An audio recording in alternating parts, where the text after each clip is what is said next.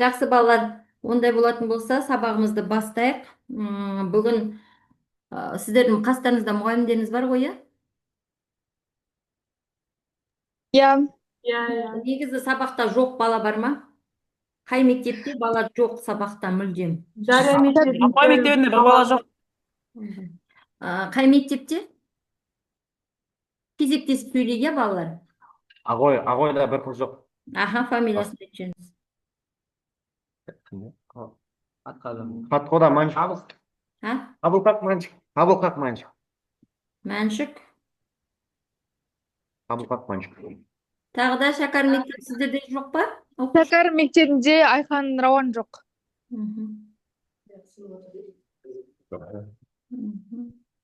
Тағы басқа мектептер?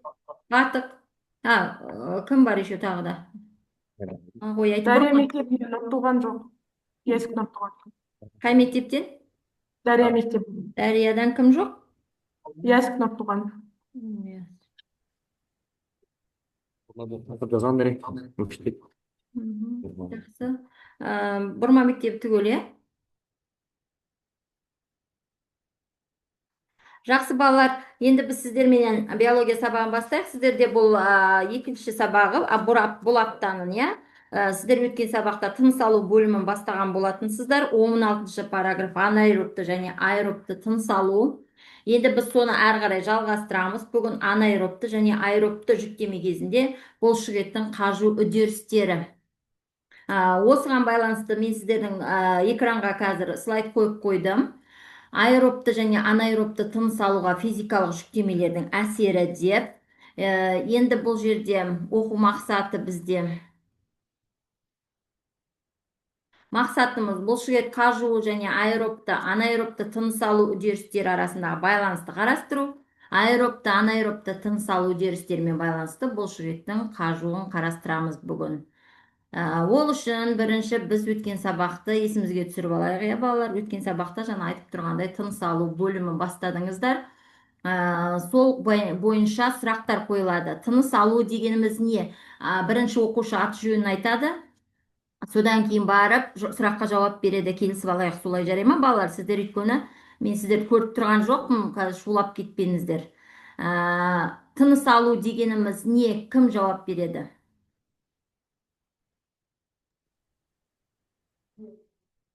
Мен жауап берсем бола ма? Айта қойыңыз аты жөніңізді. Ақой Жанабай Бекмол. Айта берейін. Айта ғой. Тыныс алу бұл адамның немесе жануардың оттегіне сіңіріп көмірқышқыл газын шығару процесі. Жай сөзбен айтқанда, тыныс алу өмір сүру үшін ауа жұтып, қайта шығару. Жақсы, рахмет. Ал енді оттекті және оттексіз тыныс алу дегеніміз не балалар?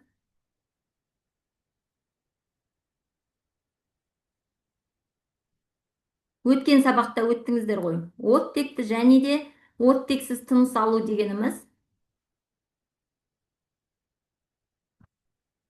Балалар? Оттекті тыныс алу бұл үдерісі ағзаға оттегін пайдаланып, глюкоза сияқты органикалық заттарды ыдыратады. Оттексіз тыныс алу дегеніміз. Жалпы бұл өткен сабақта өтілген балалар аэробты және де анаэробты тыныс алуға әкеліп тұр. Аэробты тыныс алу дегеніміз өзінің аты айтып тұрғандай аэро деген сөзден шығады. Яғни ол қандай тыныс алу? Балалар? Оттекті тыныс алу болады. Ал енді қарама қарсы оған анаэробты дегеніміз? Оттексіз тыныс алу болады. Жақсы балалар, рахмет. Осы енді анаэробты және аэробты тыныс алуға бұлшықеттің қандай байланысы бар? Қалай ойлайсыздар? Өткен сабақта өтулеріңіз керек болған сіздердің бұны. Бұлшықетпен.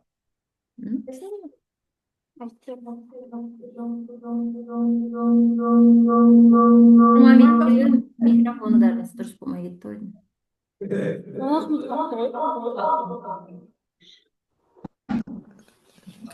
Балалар, бұлшықеттің қандай қатысы бар? Яғни балалар, мен уақыт алмай айта берейін әрі қарай. Анаэробты және аэробты тыныс алу кезінде ең бірінші жаңағы бұлшықет бізде жаңағы осы оттекті қабылдап жұмсайтын, қажет ететін бұлшықет болады. Біздің қаңқа бұлшықеттеріміз көп жаттықпаудың салдарынан тез шаршағыш болып келеді. Қаңқа бұлшықеттерінің қажуы қандай үдерістің әсерінен және де қандай қосылыс түзеді? Кім айтады осыны?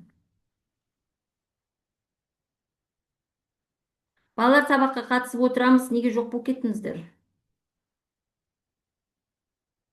Қаңқа бұлшықеттерінің қажуы қандай үдерістің әсерінен және қандай қосылыс түзеді? Кім жауап береді? Шәкәрім жауап берсе бола ма? Айта ғой. Оттек жетіспеуден. Сүт қышқылы егер де жиналса, сонда оның ауырсыну пайда болады. Яғни лактоза, иә? Иә. Атында айта қойшы. Кәкенова Кәусар. Мұғалім 5-ке жауап берсем бола ма?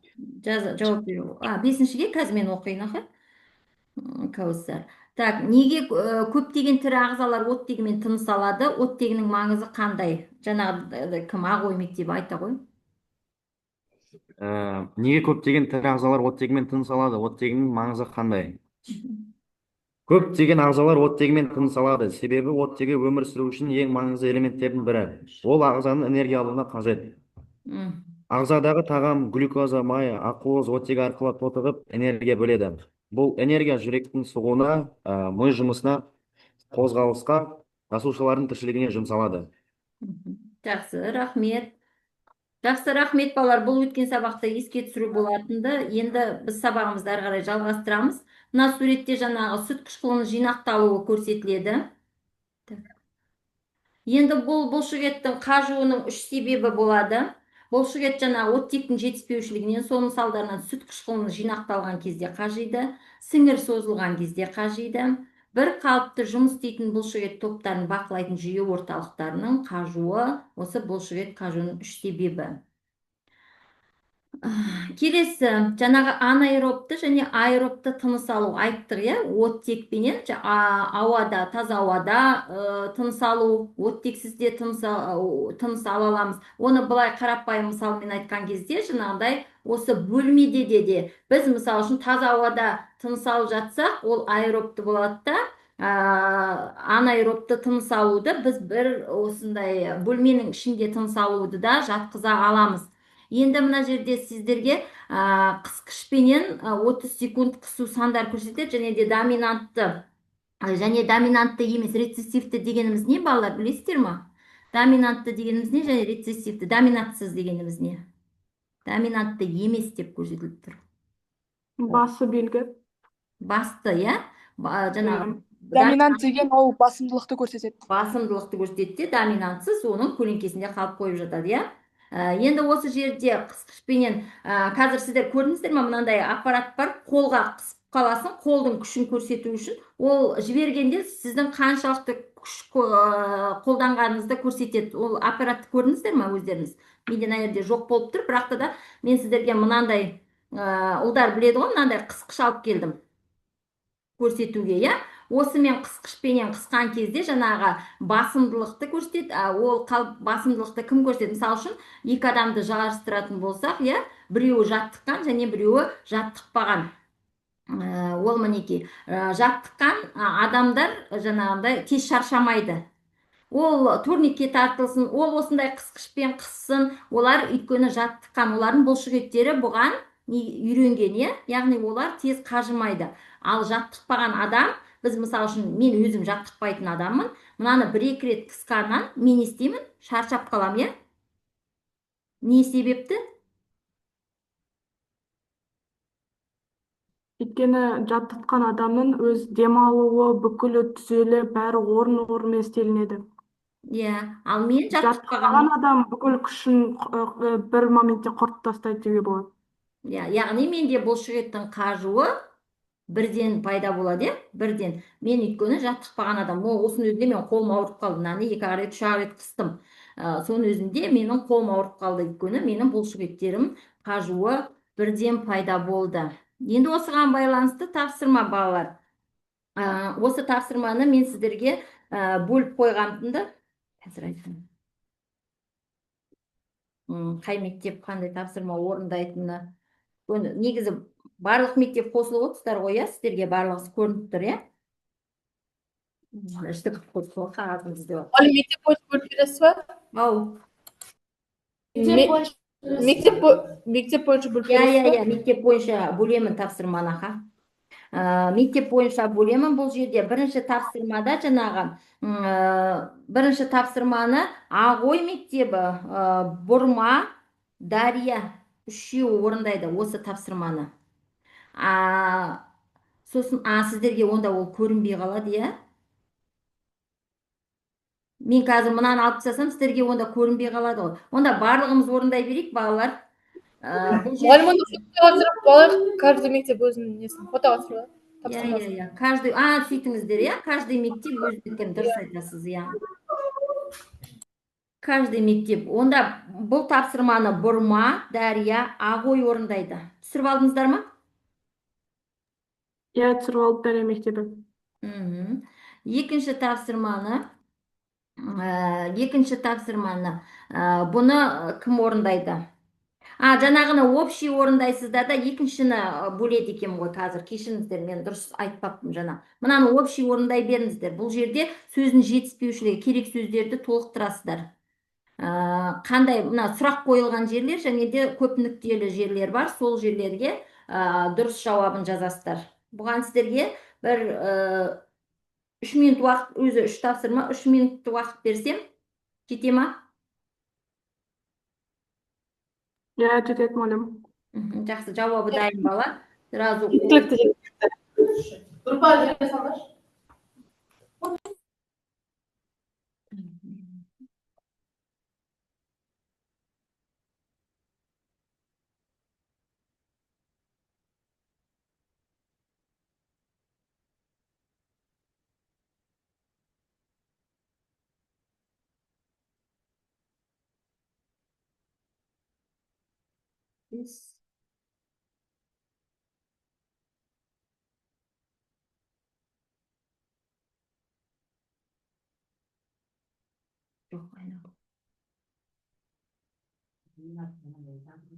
Мұғалім, Батық мектебі дайын.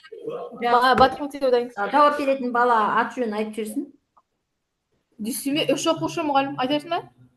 Үшеуіңіз бірге дайындалдыңыздар ма? Жақсы, айта беріңіздер. Дүйсенбекова Дамира, Шот Армангүл и Хайрол Смат. Айта қойыңдар.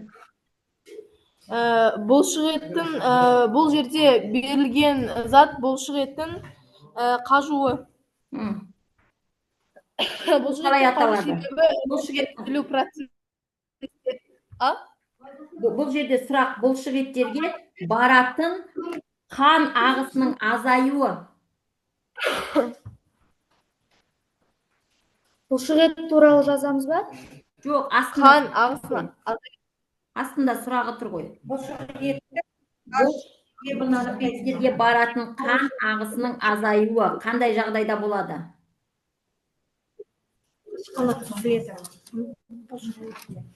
Мұғалім, сіз оның алдында айтып кеттіңіз ғой, үш себебі деп. Соған біріншісіне оттегі жетіспеушілігінен болады. Бұлшықет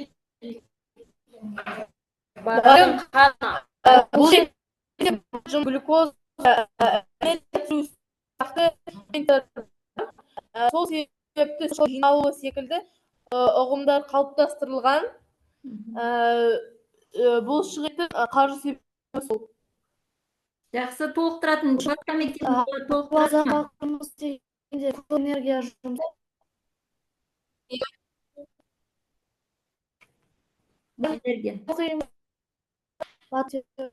Сіздердің дауыстарыңыз естілмей тұр ма? Батық мектеп, сөздеріңіз дұрыс болмай тұр ғой деймін. Жақсы, шағда толықтыратындарыңыз бар ма? Ұзақ істеуге көп энергия кішкене. Иә, сондай көрініп тұр, аха. Иә. Жақсы, рахмет, Батық мектебі. Тағы да басқа мектептер толықтыратындарыңыз бар ма? Оймен келісесіздер ма? Дарья мектеп айтса болады ма? Айта ғой. Мидағы ой жүрекке барып, оны не деді, ол қан айдайды. Қан айдағанымен ол бұлшық етке оттекті жүргізіп, митохондрияда глюкозаны ыдыратып, энергия түзеді. Бұл бұлшық ет талшықтарында не болады мына жерде? Бұлшық еттерге баратын, сол бұлшық етке баратын қан, соның ағысының азаюын балалар не деп айтамыз? Оттек Оның аты азайып, бар, атауы бар. қар. Жарайды, уақыт алмай мен бұны айтып кетейін, иә? Ары қарай келесі тапсырмасына өту үшін. Бұл жерде бұлшық еттерге баратын қан ағысының азаюы ишемия деп аталады, қысылып қалуы ишемия деп аталады. Енді ары қарай бұлшық ет талшықтарына не нәрсенің төмендеуі сүт қышқылдарының тотығу арқылы жойылуына кедергі келтіреді. Келесі стрелканы көріп тұрсыңдар ғой, иә? Астында көп нүкте тұр. Сол жерде көп нүктенің орнына не қоясыздар? Мұғалім айтсам ол ма? Айта ғой. Экран қосасыздар ма, Ағой мектебі? Иә. Экрандарыңызды қосып. Бұлшық ет талшықтарында оттегінің мөлшерінің төмендеуі сүт қышқылының тотығу арқылы жойылуына кедергі келтіреді. Қайтадан оқып жіберіңізші. Бұлшық ет талшықтарына оттегінің мөлшерінің төмендеуі сүт қышқылының тотығу арқылы жойылуына кедергі келтіреді.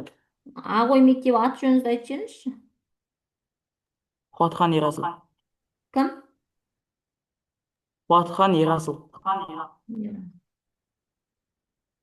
Жақсы, рахмет. Мұғалім, соңғысын оқысам бола ма? Ау. Соңғысын оқысам бола ма? Соңғысын? Аха, оқи қойыңыз. Сұрағымен қоса оқыңыз.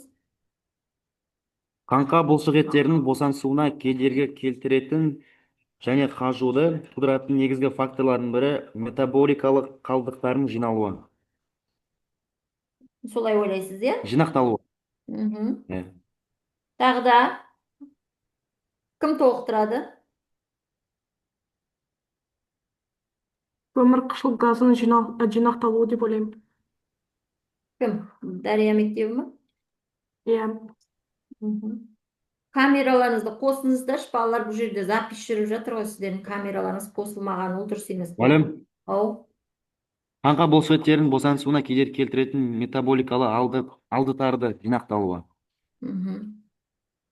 Тағы кім толықтырады?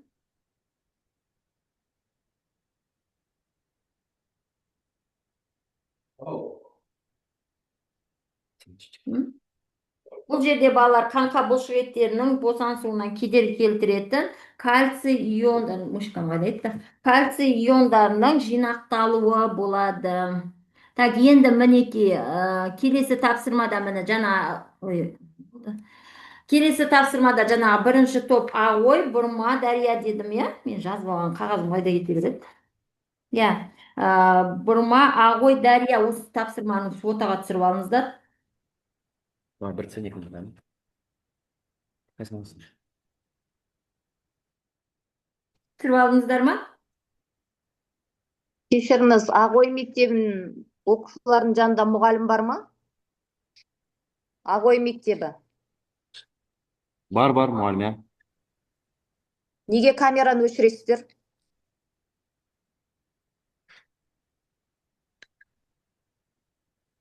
Сіз жалғыз бір оқушыға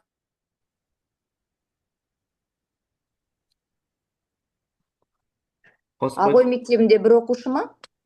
Кім өшіріп отыр? Неге өшіресіздер? Камера қосылып тұру керек.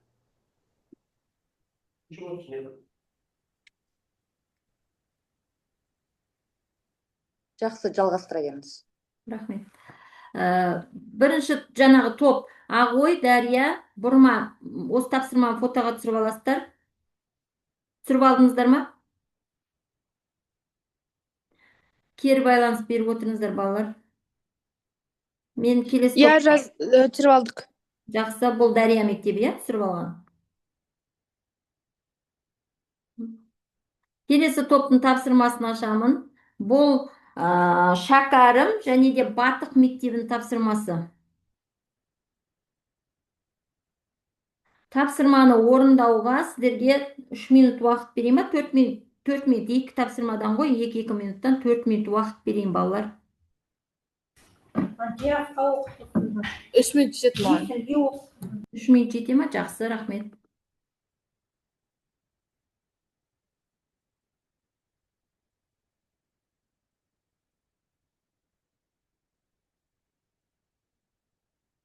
Так, 3 минут.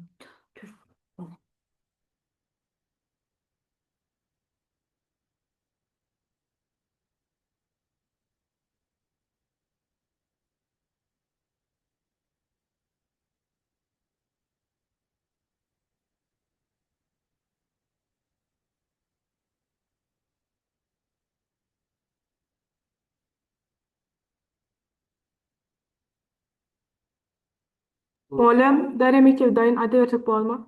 Қазір басқаларды да тыңдайық, балалар, иә, бірлесіп отырып жұмыс жасайық. Кішкене 1 минут тоса тұрайық. Қой мектеп дайын.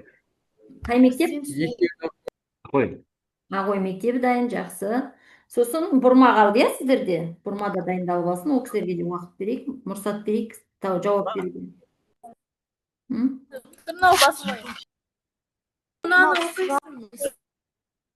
Бұрма мектебі де дайын деп жатсыздар ма?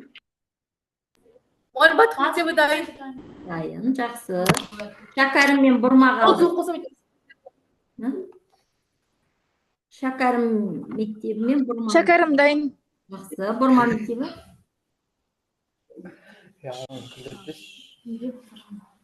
Бұрма мектебі.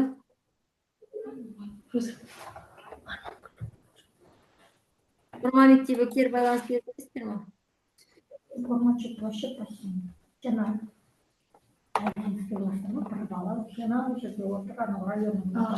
Микрофонды өшіріп қоясыздар ма, әріптестер? Бұрма мектебі, сіздерді қалдыңыздар. Жақсы, бірінші Дария дайын болды, иә? Мен тапсырманы ашып қойын, сол тапсырманы. Бірінші Дария, айта қойыңыз. Фамилияңызды, аты жөніңізді айтып жіберіңіз, кім жауап береді? Мұрат Адия. Кім? Мұрат Адия. Көк сызық спрингтер себебі жылдам бірақ қысқа уақыт Бірінші сұрақ оқимыз. Бірінші сұрақ. Диаграммаға қарай отырып сақтағы жауап беріңдер. Берілген қисықшылықтан қайсысы марафон жүргізуші, қайсысы спрингтер жүргізуші тиесілі екенін анықтаңыз. Көк сызық спрингтер себебі жылдам бірақ қысқа уақыт жұмыс істейді. Қызыл сызық марафоншы баяу бірақ ұзақ уақыт жұмыс істейді. Жақсы. Екінші сұраққа Қабдал Ақжықын жауап береді. Неліктен жүргізушілердің бұлшық еттері өзара айырмашылықтарға ие? Өйткені олардың бірінші спринтердікі ол жылдам талшықтардікі, марафоншыкі баяу талшықтары. Энергия түзілу кезінде спринтерлікі жылдам болғандықтан оттексіз жұмыс істейді. Марафоншыкі баяу болғандықтан оттекпен жұмыс істейді. Яғни олардың атаулары бар. Оттекпен жұмыс істеген қандай тыныс алу болады? Аэробты, оттекпен жұмыс істейді. Оттексіз ол анаэробты. Анаэробты тыныс алу болады. Жақсы. Одан кейін Батық мектебі оқи берсе бола ма? Мен басым емес пе? Батық. Екінші топ. Батық мектебі екінші тапсырма. Қазір мынау бірінші тапсырманы бұрма менен ағой толықтыратындарыңыз бар ма? Бірді ойланып отыр, екіге жауап бере берсек бола ма? Болады, айта ғой. Бұл ағой мектебі ма? Иә. Оқи берейін ме? Оқиға бірінші сұрағын оқисын, аха. Кешірім өтінем, бұрма мектебі. Бізде төтенше жағдайға жаттықтылар болды, сол себепті шығу керек болды. Енді қосылып атсыздар ма сонда? Жоқ, біз қосылып отырдық, балалар далаға шықты. Жақсы, рахмет. Оқи берейін ме? Неліктен жүргізушілердің бұлшық еттері өзара айырмашылықтарға ие? Себебі жүргізушілердің бұлшық еттері олардың жаттығу түріне байланысты ерекшеленеді. Мысалы, спринтерлердің бұлшық еттерінде жылдам жиырылатын бұлшық ет талшықтары көп болады. Бұл талшықтар қысқа уақыт ішінде көп күш пен энергия бөледі. Ал марафоншылардың бұлшық еттерінде баяу жиырылатын талшықтар басым. Олар ұзақ уақыт бойы жұмыс істей алады. Және де тыныс алуға келіп, жаңағы тыныс алуға нетеміз, салыстырамыз. Қайсыныкі анаэробты, қайсыныкі аэробты тыныс алу болып тұр? Марафоншылардікі аэробты, спринтерлердікі анаэробты. Жақсы, негізі спортшылардың барлығысы тыныс алуды анаэробты деп айтады. Себебінде сол тыныс алуға жатқызады. Себебі біз басында аэробты тыныс алумен бастаған күннің өзінде жаңағыдай бұлшық еттің қажуынан бірден жаңағыдай өкпеге ауа жетіспеушілігінен алқынады ғой. Адамдар жүгірген кезде алқынып қалуы мүмкін, немесе жаңағыдай кеуделері ашып, ауа жетіспеушілігі бірден пайда болады. Сол кезде олар уже қандай тыныс алады? Анаэробты тыныс алады. Сол кезде жаңағы жалпы спортшылардың жаңағы тыныс алуын анаэробты деп жатқызады, анаэробты тыныс алуға жатқызады. Келесі екінші топ. Шәкәрім жауап берсе бола ма? Шәкәрім мектеп тыңдап отырмыз. Бірінші, қолды жазып бүгу үшін бұлшық еттер қалай бірлесіп жұмыс жасайды? Қолды жазып бүгу кезінде антагонист бұлшық еттер, мысалы бицепс пен трицепс бір-біріне қарама-қарсы жұмыс істейді. Қолды бүгу кезінде бицепс жиырылады, ал трицепс босаңсиды. Қолды жазу кезінде трицепс жиырылады, ал бицепс босаңсиды. Екіншісіне. Жауап берген кім маған Шәкәрім мектебінен? Кәусар, қазір екіншісіне Гүлфариза отыр. Мұғалім екіншісіне айта береке? Айта ғой. Только ат жөнін айтсыншы оқушы. Гүлфайру Серікбаева. Бұлшық еттің қажуы мен бұлшық еттің қалпына келуден байланыс қандай екенін тұжырымдаңыз. Бұлшық еттің қажуы ұзақ жұмыс істеуден энергия мен оттегі қорын азаюы, сүт қышқылының жинауы нәтижесінде пайда болады. Қалпына келу кезінде бұл қорлар толықтырылып, сүт қышқылы ыдырап, бұлшық ет қайта күшіне енеді. Жақсы, рахмет. Екінші Шәкір, Батық мектебі толықтырасыздар ма? Батық мектебі.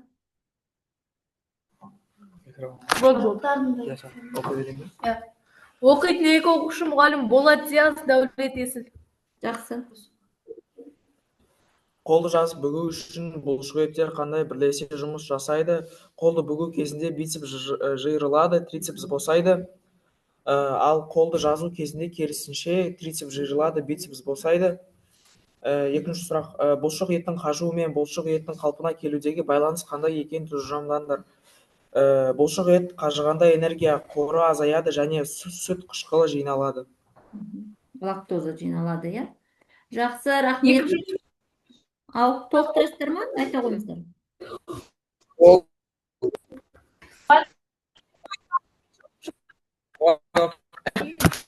Қолдың жазылып бүгу үшін бұлшық еттер қалай жұмыс жасайды? Қолды бүгу кезінде бұлшық ет жиырылады, ал қолды жазу кезінде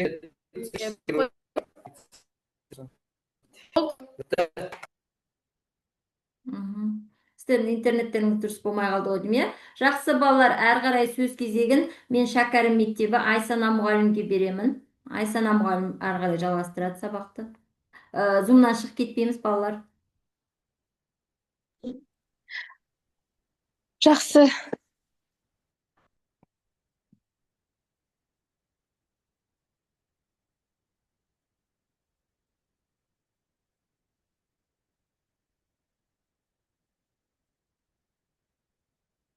Айсана мұғалім. Тапсырма орындауға ма? Мінеке. Әртүрлі қосылыстар, механикалық, химиялық, электрлік жұмыстар, ион тасымалдау, әртүрлі қосылыстарды синтездеу үшін бізге энергия қажет болып табылады. Бірақ адам ағзасы осындай барлық процестер үшін энергияны тек АТФ немесе НАДФ түрінде ғана пайдалана алады. Қарапайым мысал келтіретін болсақ, ол бізде автомобиль бензинді тек қана энергия көзі ретінде пайдалана алады, бірақ та және де оны басқа нәрсемен алмастыруға тырыссаңыз, бізде машина қозғала алмайды. енді үдерістер өз атына сай бізде аэробты жаттығу барысында энергия оттегі қатысуымен алынады, ал анаэробты барысында бұл бізде оттексіз. Аэробты жаттығулар бұл бізде жаңағы бір темпта болатын жаттығулар, яғни ешқандай қиындықсыз жаңағы қатты оттегіні жұмсамайтын жұмыстар бізде аэробты жаттығуларды айтамыз, ал анаэробты жаттығулар дегеніміз ол бізде яғни жаңағы қатты жасалатын силовой тренировкаларды айтамыз, яғни силовой жаттығуларды айтамыз. Енді практикалық жұмысқа келетін болсақ, бұлшықетті максималды күшін және төзімділігін зерттейді, формула бойынша қолдың жұмысқа қабілеттілігі деңгейін есептейді, және де қосымша тапсырма. Астына барасыз ба? Жоқ, тапсырмаға сразу. Тапсырма, кішкене допты қолымызға алып, оны шамамен 100 секунд тоқтамастан қысамыз. Әр 10 секунд сайын қысу санын төмендегі таблицаға толтыру қажет. Кейіннен шамамен 5 минут демаламыз, сосын 10 секундтай допты қысамыз. Тағы да 10 секунд демалып, қысу демалу әрекетін 10 минуттай қайталап отырамыз. Төмендегі таблицаны толтырып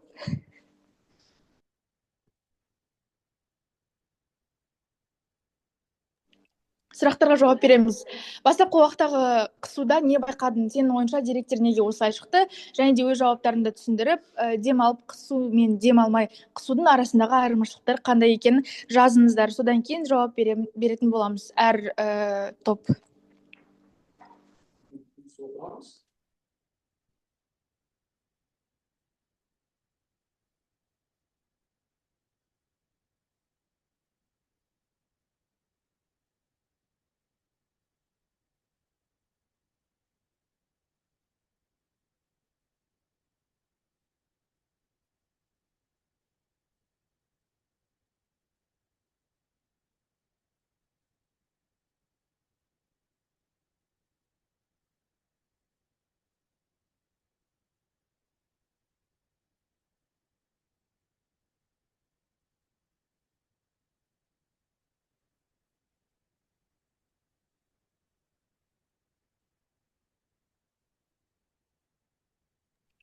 Балалар тапсырманы орындап біткеннен кейін айтыңдар, я, сосын жауап береміз.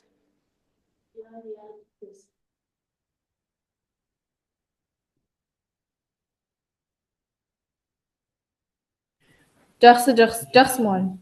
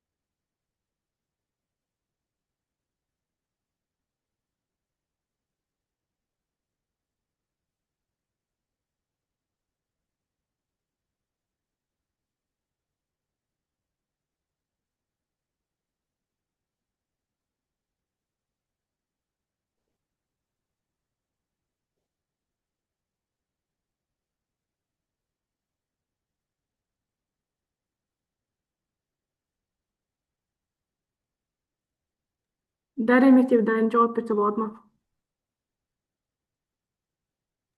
Я, жауап береріңдер.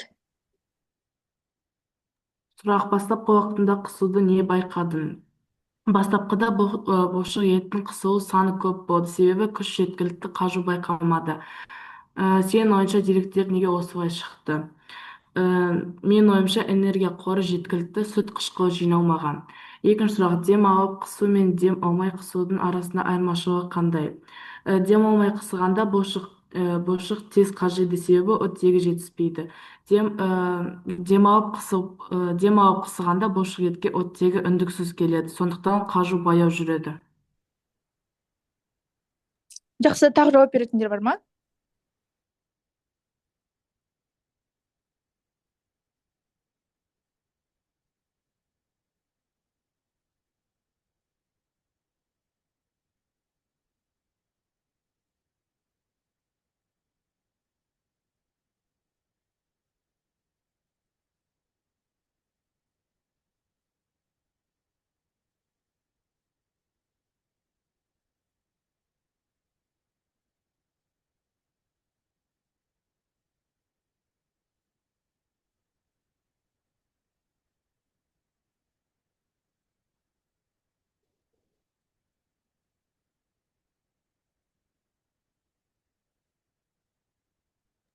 Аққой мектебі айтасыздар ма?